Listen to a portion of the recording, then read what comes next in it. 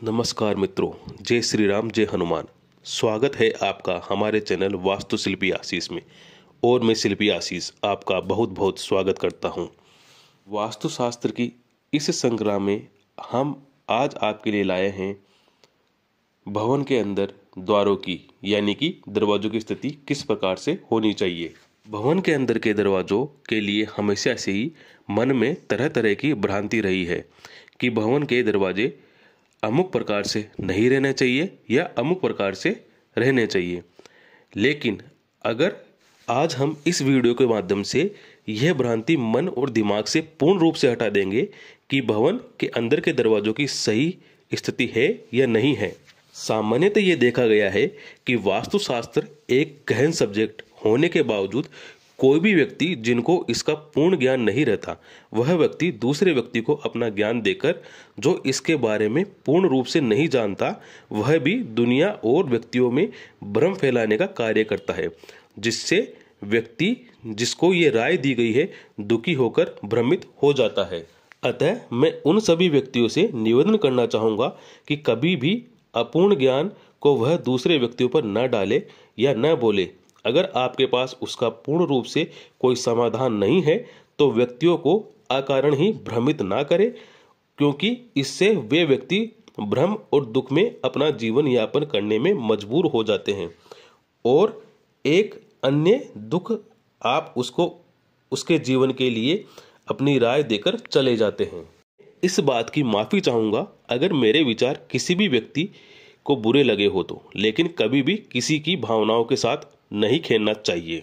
ये हम वापस अपने मूल मुद्दे पर यानी कि द्वार की स्थिति भवन के अंदर किस प्रकार से रहनी चाहिए उस पर अपना कार्य करते हैं। आंगन सूत्रधार वास्तु ग्रंथ के 48वें अध्याय के अर्थ ग्रह दोष निरूपण में विस्तृत रूप से व्याख्या की गई है। हम एक एक श्लोक के माध्यम से बात करेंगे और उसकी व्याख्या करके बताते भी जाएंगे। मध्ये द्वारम न कर्तव्यम मनुजानम कथनम मध्ये द्वारे करते तत्र कुलनाशम प्रजायते। अर्थात व्यक्ति को कभी भी घर के मध्य में द्वार नहीं बनाना चाहिए, क्योंकि वहाँ ब्रह्म स्थान होता है। वहाँ पर द्वार बनाने से अशुभ स्थिति बताई गई है।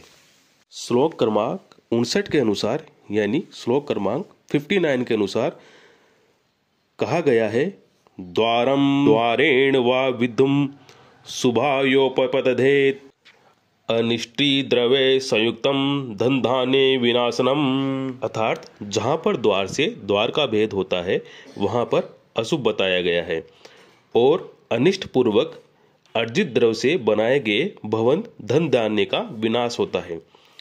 इस श्लोक को समझने वाली 3 बातें हैं।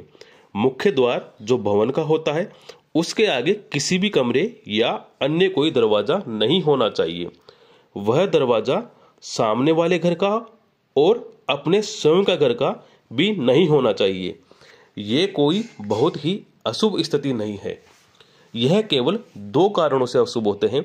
पहला तो अगर घर के मुख्य दरवाजे के सामने अन्य कोई दरवाजा रहता है तो वह एक प्राइवेसी डिस्टर्ब करने का कार्य करता है, तथा दूसरों के लिए हमें समझना पड़ेगा कि जितने भी ग्रंथ है वह स्थान विशेष के अनुसार लिखे गए हैं। अगर हम उत्तर भारत के प्रमुख ग्रंथों की बात करें तो घर के दरवाजे किस प्रकार होने चाहिए उसके अंदर दरवाजे की स्थिति के लिए विवरण केवल सम्रांगण सूत्रधार में पाया गया है, जो कि मुख्यतः पश्चिमी भारत का ग्रंथ है, जहां पर अधिकतर जगह धूल भरी आंधियां चलती है। इन जगहों पर आप देखोगे तो पाओगे कि यहाँ की पुरानी हवेलियों में जैसे आप प्रवेश करोगे वहाँ पर सामने की ओर एक दीवार खड़ी रहती है, जिसके 2 कारण होते हैं। यह दीवार घर की हवेली को प्राइवेसी तो बढ़ाती है और बाहर से आ रही धूल भरी आंधियों से धूल को रोकने का भी कार्य करती है। इस प्रकार स्थान के अनुसार इस श्लोक में द्वार के सामने द्वार का भेद बताया गया है। इसके अलावा हमें इसमें किसी भी अशुभ स्थिति के बारे में विचार नहीं करना चाहिए। हाँ, हमेशा अगर ग्रंथों में हम पढ़ेंगे तो पाएंगे एकशाल, द्विशाल, त्रिशाल, चतुर्शाल, पंचशाल आदि का जिक्र पाते हैं। उनमें हम उनके दरवाजों को किस प्रकार से रखना चाहिए या तो दरवाजे को सामने दरवाजा आए या उसके सामने पूर्ण रूप से दीवार आए। कभी भी दरवाजा किसी दीवार से या स्तंभ से कटना नहीं चाहिए।